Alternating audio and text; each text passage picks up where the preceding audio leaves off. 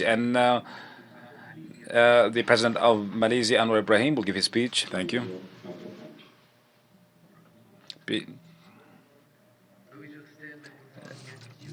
Majesty King Salman Abdulaziz and Your Royal Highness Prince Mohammed bin Salman Al-Saud for convening this important meeting today.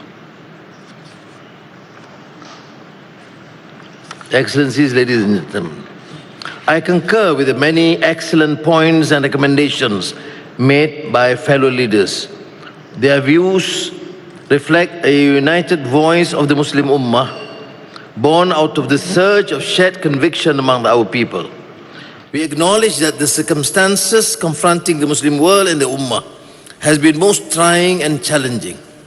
Yet, it is indeed highly commendable that painstaking efforts have been made and continue to be made, including summits such as this, so as to find ways and means to put an end to violence, destruction, and misery brought on the Palestinian people and to relieve their long and untold suffering.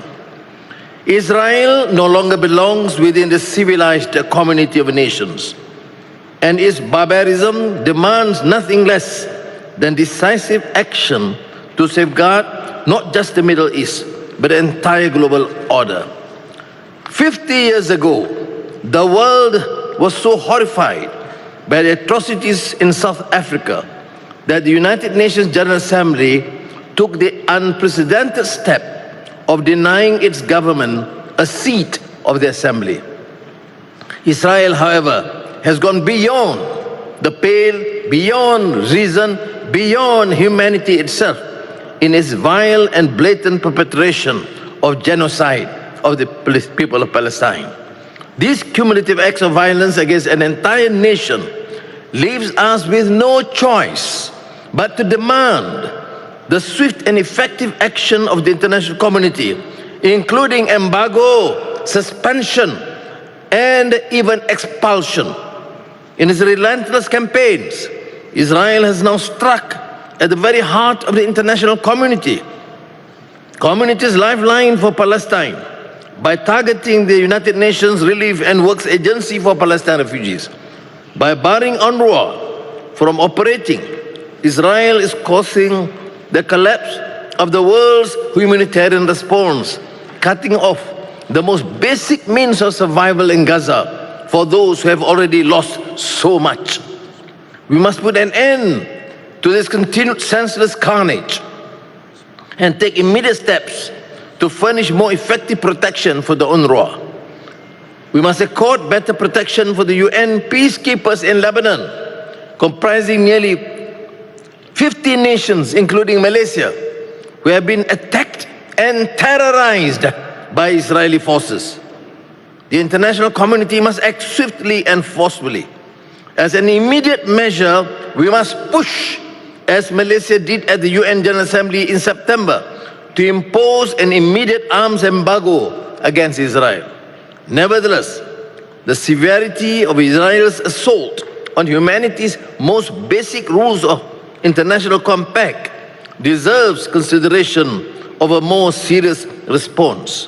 For the sake of not only the Palestinian but humanity itself, we must punish and deter Israel's repeated violations of international law and norms.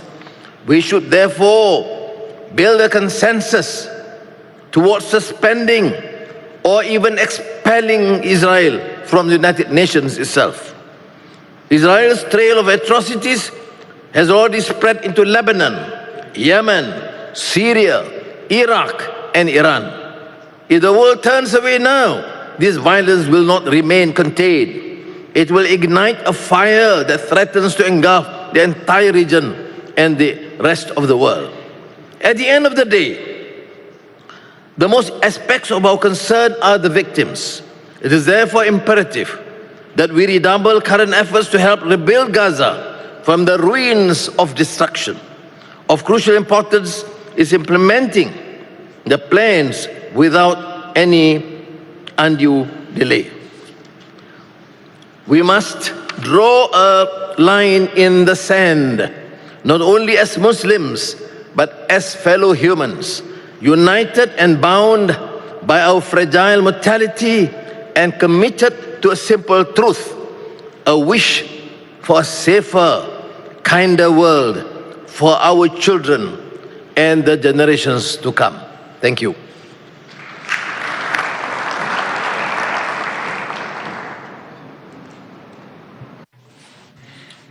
Thank His Excellency Anwar Ibrahim for his speech.